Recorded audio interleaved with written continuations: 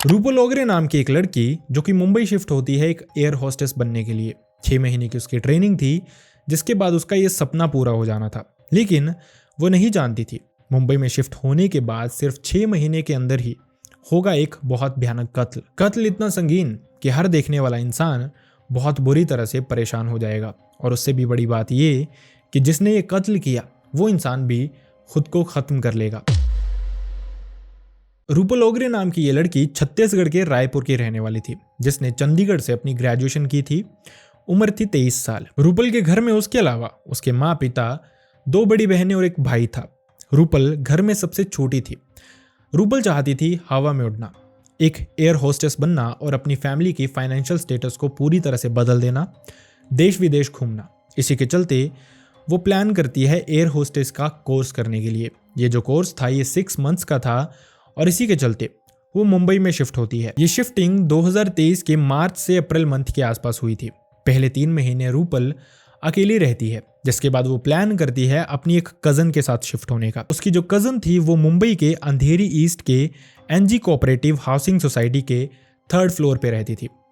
रूपल भी इसके साथ शिफ्ट हो जाती है और तब से ये दोनों बहनें साथ ही रह रही थी। देखते देखते वक्त बीतता है। रूपल की जो ट्रेनिंग थी वो कंप्लीट हो ही रही थी, लेकिन इसी दौरान मंथ आता है सितंबर का।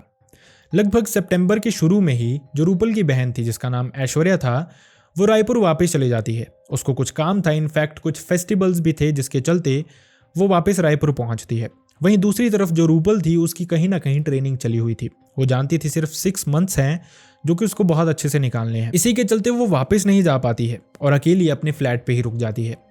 ट्रेनिंग चल ही रही थी, लेकिन इसी बीच दिन आता है 3 सितंबर 2023। ये दिन था संडे का। मोस्ट प्रोबेबली घर वाले जानते थे कि इस दिन रूपल को छुट्टी होगी, वो आराम से उठेगी, जिसके चलते वो उसको काफ़ी हद तक सुबह कॉल वगैरह नहीं करते हैं।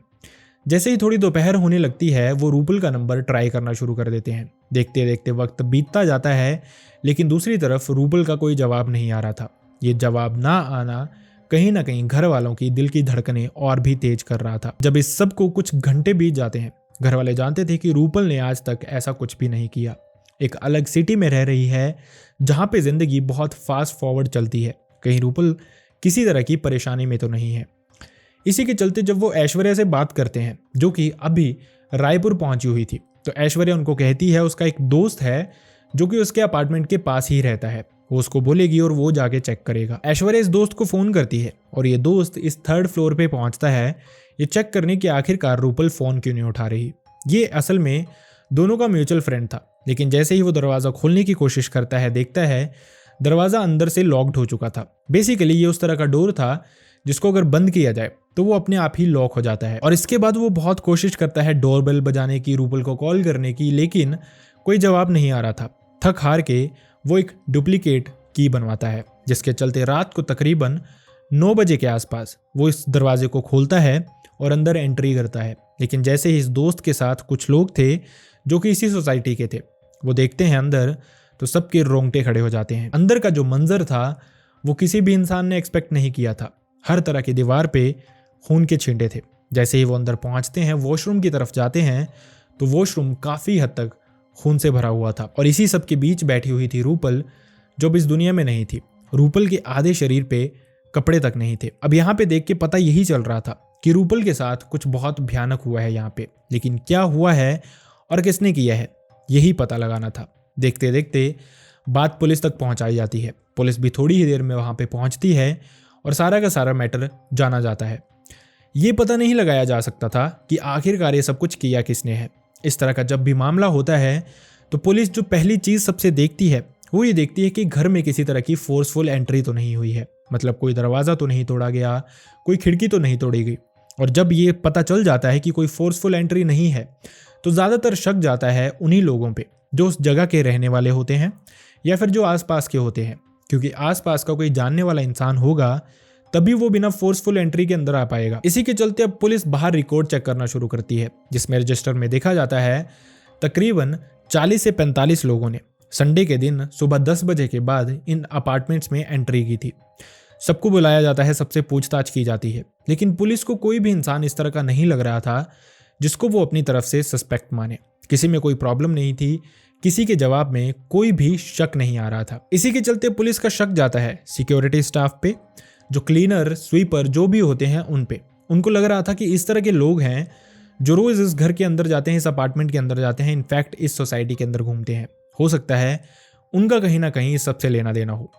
हर तरह के काम करने वाले इंसान को, हर तरह के सिक्योरिटी गार्ड को बुलाया जाता है, जिसके बाद जब पुलिस इन सबसे पूछताछ करना शुरू करती है, देखते देखते वो एक शख्स तक पहुंचते हैं। इस शख्स का नाम था विक्रम अठवाल।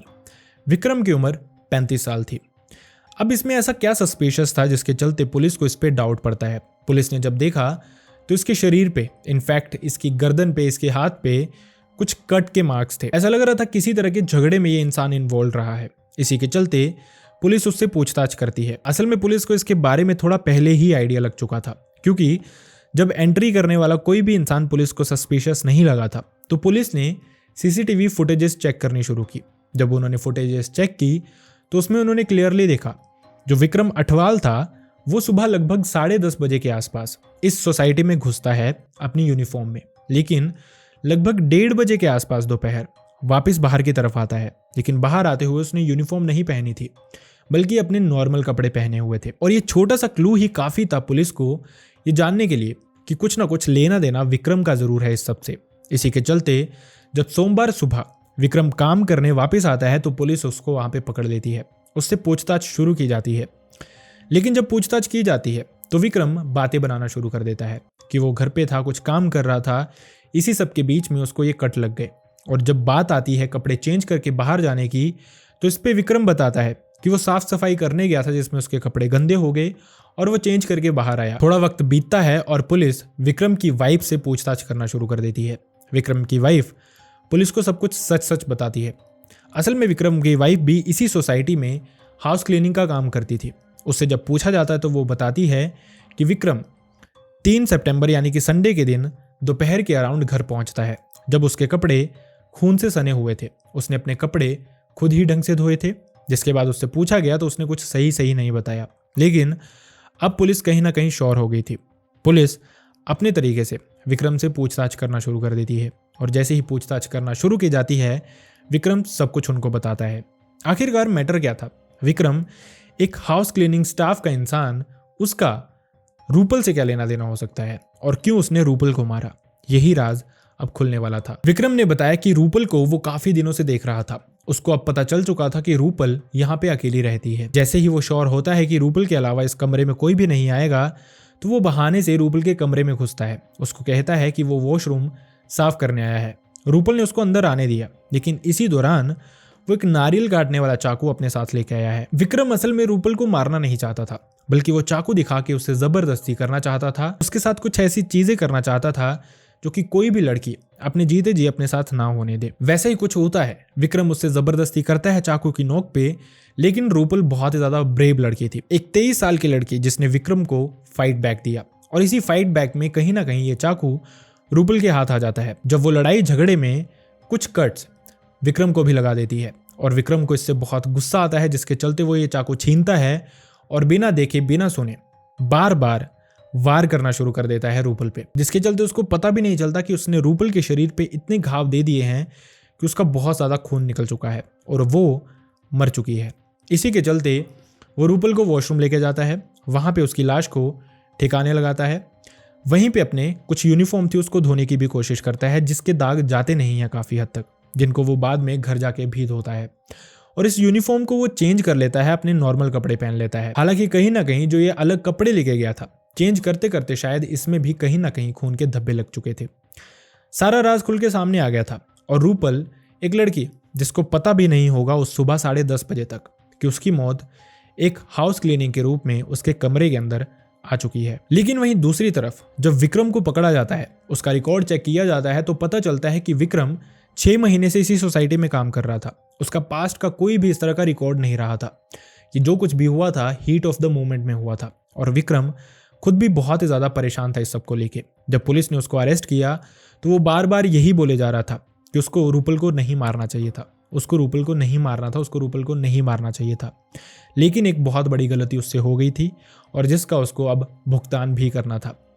पुलिस उसको अरेस्ट कर लेती है। लगभग 5 दिन वो कस्टडी में रहता है, लेकिन शुक्रवार के दिन जब पुलिस रूटीन चेकअप पे जाती है तो वो देखते हैं कि वॉशरूम का दरवाजा कोई अंदर से खोल नहीं रहा था। बार बार नॉक करने पे भी दरवाजा नहीं खुलता है तो पुलिस इस दरवाजे को तोड़ती है और जैसे ही दरवाजा तोड़ा जाता है, अंदर देखा जाता है विक्रम ने अपनी जान दे दी थी और उसने सीलिंग से लटकने के लिए अपनी ही पैंट का इस्तेमाल किया था। इस तरह से विक्रम भी इस दुनिया में नहीं रहा था। ये सब देख के क्लियरली पता चल रहा था कि विक्रम एक पेशेवर मुजरिम नहीं था, बल्कि हवस जो कि शायद थोड़ी ही देर की थी उसके अंदर, उसने उसको अंधा बना दिया था। और इसी सब के चलते उससे एक इतनी बड़ी गलती हो गई जिसका भुगतान उसको अपनी जान देके ही उठाना पड़ा। खैर, जिसको पुलिस ने आईपीसी सेक्शन 302 के अंदर अरेस्ट किया था वो इंसान अब इस दुनिया में नहीं रहा था। जो गलती उससे हुई थी उसका पश्चाताप उसने खुद ही कर लिया था। इस तरह के इंसिडेंट एक सबक दे जाते हैं लड़का और लड़कियों दोनों को ही। लड़कों के लिए एक सीधा सा मैसेज कि इस तरह से अगर आपको कोई अकेली लड़की दिखती है तो वो अपॉर्चुनिटी नहीं है बल्कि एक रिस्पॉन्सिबिलिटी है। और लड़कियों के लिए एक सीधा सा मैसेज कि आप अगर किसी इंसान को नहीं जानते अपने आसपास उसको आने भी ना दें। इस तरह के इंसिडेंट्स शेयर करने से हमारा इंटेंशन किसी की भावनाओं को ठेस पहुंचाना नहीं, बल्कि हम समाज को बताना चाहते हैं कि जो चीज़ें आज तक आपके साथ नहीं हुई इसका मतलब ये नहीं कि वो चीज़ें सच में होती नहीं है। बहुत सारे लोग हैं जिन्होंने कुछ ऐसा फेस किया है जो शायद आगे किसी के भी साथ हो सकता है। आपको हर कदम पे केयरफुल रहने की ज़रूरत है। आई रियली होप आप सब अपना ध्यान रखेंगे। See you next time in the next video. Bye bye.